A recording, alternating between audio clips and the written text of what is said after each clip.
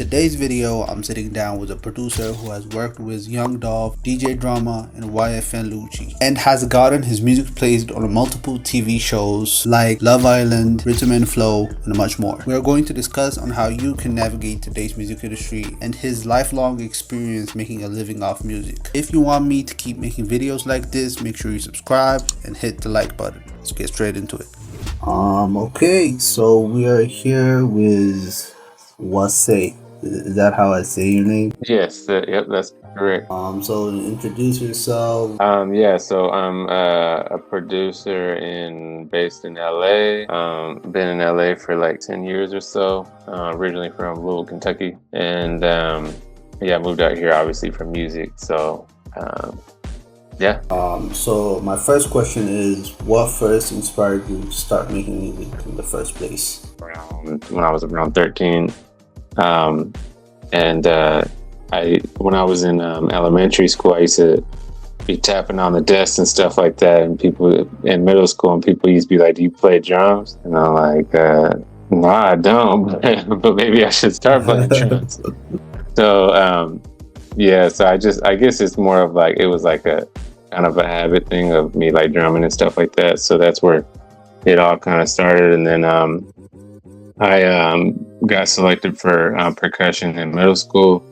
For like in band, I was playing percussion for a couple years. So that's kind of how it all started. So you don't have like a musical background? You didn't go to music college or anything? No, I didn't. The most I have is I did like a couple years in band in like middle school. That's about it. I mean, at least like you have like a musical background compared to like a lot of the new age producers, because I would count myself as a new age producer, and the only like musical background we have is like the FL Studio tutorials. You feel me? Yeah, I mean that was really it for me too, because like I played band in like really only seventh. I think it was like seventh and eighth grade, or no, yeah, I think it was like seventh and eighth grade or something. And then I just I could have continued in high school, but then I just didn't really want to go that route with it. So like around eighth grade is when I picked up FL, and then that's when I started. So you are on FL Studio too? Yep. So, I mean, I still use. So I had like a pretty long journey with different things that I use, but like I started off on FL, probably like a lot of producers in middle school. I was using that through high school. Then when I was in college, I got into Logic.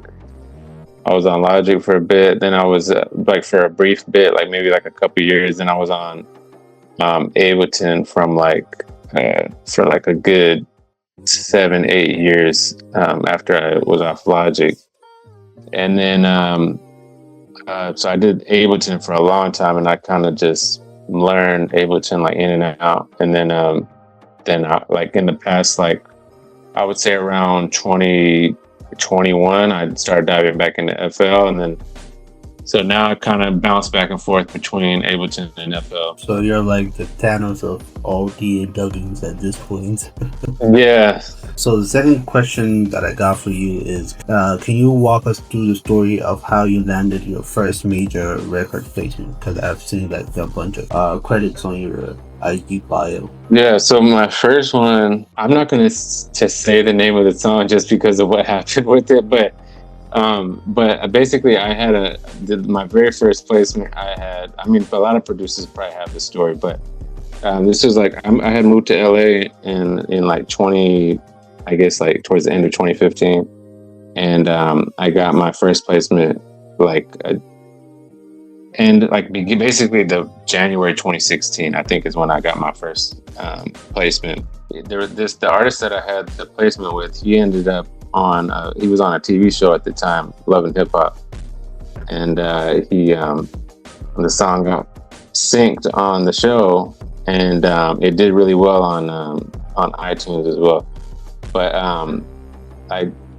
they tried to not credit me on that song, so that was like a learning lesson for me of basically how to register your songs and how to go about the business of like, well, number one, working with people that you like working with. And then also once you get a placement, you have some kind of system in place with like a manager or an attorney or something that can reach out and help you handle your placements. But so that was my first placement, and then after that, that kind of introduced me to the world of sync. And so I kind of, after that, I honestly didn't really get many placements until like around 2018.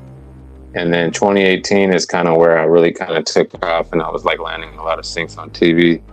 You kind of like bled into like next question that I was going to ask you. I was going to ask you like, how did you get your first record placement and how did you get your first sync placement? I think both of those are the same in a way. Yeah. So the first placement I ever got was basically an artist placement that ended up on TV.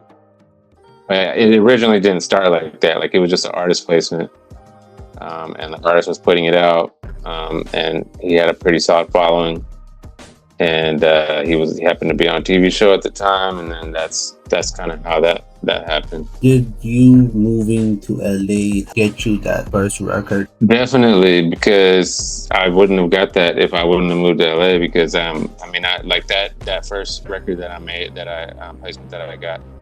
It, I literally was in the room with the artist. I got invited to a session, and I made, we made that record right there in the room. That was the first time. That was the first night I had ever met that artist, and that was the first time that I ever got a big placement like that. And it was because I was in LA and I was in the room. You know what I mean? So. Would you say like moving to LA or like these big music cities is really worth it in a way? Yeah, I mean, for me it was worth it because even though like the first placement that I had on the business side, it didn't work out. Like, I mean, it ended up working out at the end, but like I feel like that was a big learning lesson for me because probably wouldn't. First of all, I wouldn't have had that placement if I wouldn't have moved to LA. But I also wouldn't have learned, because I honestly did not know the first thing about how the music business works, and like PROs and publishing and all this information. I didn't know how all that stuff worked. And then the second thing is like, I feel like I became a lot better producer after moving out here, because you're in the room with like people who, I mean, at this point I've been in rooms with people that got top 10 Billboard songs, like songwriters that have written like songs that I loved growing up. I've worked with producers that have produced songs that I loved growing up,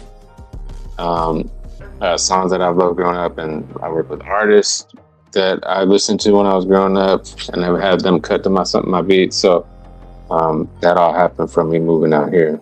So the next question that I got for you is, how do you currently monetize your music, and do you think it is still possible to make a living off music for the newer producers? So monetize, royalties, and upfront fees are the main two ways. I mean, I guess like pretty much, yeah, those are the main two ways that I make money. But yeah, I think so. But because there's so many different ways that you can. It just depends on the person. Like, for example, me, like I even have a website where I sell like sample preset packs and kits and things like that. So as a producer, there's so many different ways that you can make money. But it really just depends what you're trying to do. Because like one of my goals is to have like, songs that are on the radio and top like Billboard songs and stuff like that. So if that's your goal, then it just depends. Like, do you want to? You could go the social media route and be someone like Kavi, who is just mainly just focusing on. I mean, he's actually getting a lot of placements too. You could go more of that route where you have more control and you're able to put out. You got a website, you can put out packs and you can make money that way. So there's that way. There's BeatStars, where you can get on there and sell your beats and make money that way. There's Sync, where you can place your songs on TV and get paid upfront fee, back-end royalties. But in my opinion, like, if you want to make, it just depends, like, how much, like, if you're trying to make a true living off of this. I mean, honestly, in my opinion, the best way to go about this is to make really good songs and land. It's kind of hard, but landing like radio songs, the top 10, because like from my experience, the royalties in TV and stuff like that, like they're cool, but they're not like because even someone like me I have like hundreds of sync placements, like it's like the money is okay, but if you land like a top 10 Billboard song, that's going to be a lot different than landing a song on a TV show or something like that. Like even if you get a song on like a big TV show. So my main goal is to make songs for like the masses, like make songs that will reach a lot of people, and that's normally like songs that are on the radio and on top 10 Billboard. So that's my personal goal. That doesn't have to be everyone's personal goal, but that just happens to be my personal goal. So it really just depends what your goals are. Because I'm not really doing this for, I am doing it for money. I do want to make money, but I also want to make songs that will last a long time and that will reach a lot of people. I feel like the most trickiest thing, while I'm navigating, like, I just became full-time, like, past 2 months, and like the trickiest thing is balancing, like, I want to make money and I want to make like real good music, and a lot of times you'll be in contradiction because that good music that you want to make may not have market that you can market it to. I think that the thing is like basically the way that you make probably the biggest income is having the single on the album that's on the radio, that's getting spins on the radio, because if you're just like making it onto the album, that's really not going to do much as far as income goes. And like I make music for the love of it, but I get what you're saying. Like at the same time, you want to be able to make money off of it, and so like you kind of have to shoot for those big records. So like I'm trying to make songs that sound big and that can reach a lot of people, because that's my personal goal, and that also happens to pay the most amount of money. So statistically talking, I would think like getting sync placements would have a much more monetary value than getting like record placements, right? No, I don't think so. Like I think like I think what it is there's a lot more opportunities in sync, so I'm able to land a lot more on sync because there's just a lot more opportunities out there because of the amount of content that's coming out. So from a monetary standpoint, you can land a lot more, but when you do land the artist placements, those are going to actually probably pay more in the long run, unless on the sync side you're landing like ads, like commercials and stuff like that. If you're aiming towards that, like the commercial side of syncs, then you could make way more money. When you're working with commercials, you're working with brands, and the brands have the budgets. So if you work on like a Xbox commercial, their budget might be like $200,000 for one song, and you're not gonna like the chance of you making that on even a big song on a big artist is like unlikely. So it just really all depends. So the last and like the best question that I could ask you is, in 2025, 2025 is almost over, in 2026, if you had to start over, what would be the step-by-step strategy to build a career and make a living off music? Let's take both routes, like the industry route and the online route. If I was to start over again, I would still move to LA, because there's just more opportunities out here, because you're basically amplifying your opportunities, because like I can still do online here. I can still reach out to people online, but like I just got back from a sync event just right now, and I met a bunch of supervisors that some of them I knew, some of them I didn't know. I had met them for the first time, but I just found out about that yesterday. I saw some online, and so I was like, all right, let me go to this. So if I wasn't in LA, then I wouldn't be able to do stuff like that. But I still am online reaching out to people, because that's also a part of my what I do. But I just feel like, yeah, moving out here definitely amplified like the opportunities. What if like you couldn't move to LA? How would you? If I couldn't move to LA, then I would just hustle on social media and just get on there and reach out to people, follow people, and but one thing I would say is like looking back on whenever I was first reaching out to people till now, because I've landed a lot more places since then, and I built a lot of relationships. A lot of people out here, it's like I'm not like bombarding people when you're messaging them and just trying to like get something for yourself, and just reaching out to people on there and just following them, commenting on their posts or their stories or whatever, and build a relationship with them. Because I feel like some of the, like when I was younger, I used to kind of do that, where I would reach out to people and I was just trying to get placements, and but that's not really how you land placements. Is you kind of have to build relationships with people, and they got to be able to trust trust you as a producer or songwriter, or trust your ear. I saw like your story that you are like taking a different approach, and from what we've talked, I think you're like having a different approach with like building full records rather than like sending samples out or beats out. I mean, that's my new approach. I as far as things go, I have to have full records because that's the only way I'm landing things. But also on the artist side, like when I'm pitching stuff to like managers and stuff like that of artists, like having songs that are already ready to go, where the artist can just cut it, record the song, is going to set you apart. Because like I feel like the sample game is kind of burnt out, and like I know people that I have personal relationships with that are sending loops to me every week, and I mean, I get so many loop emails at this point, and I get loops from producers I don't know, and I definitely probably not going to click on those. And I think that like if I'm like, because I don't consider him, I mean, I'm not like a Boy Wonder or something, but so like you can imagine someone like Boy Wonder who's probably getting flooded with samples. So I mean, I feel like there's so many loops being sent out right now that it's just, I wouldn't go that route right now. If I was a producer, I would try to figure out a different route.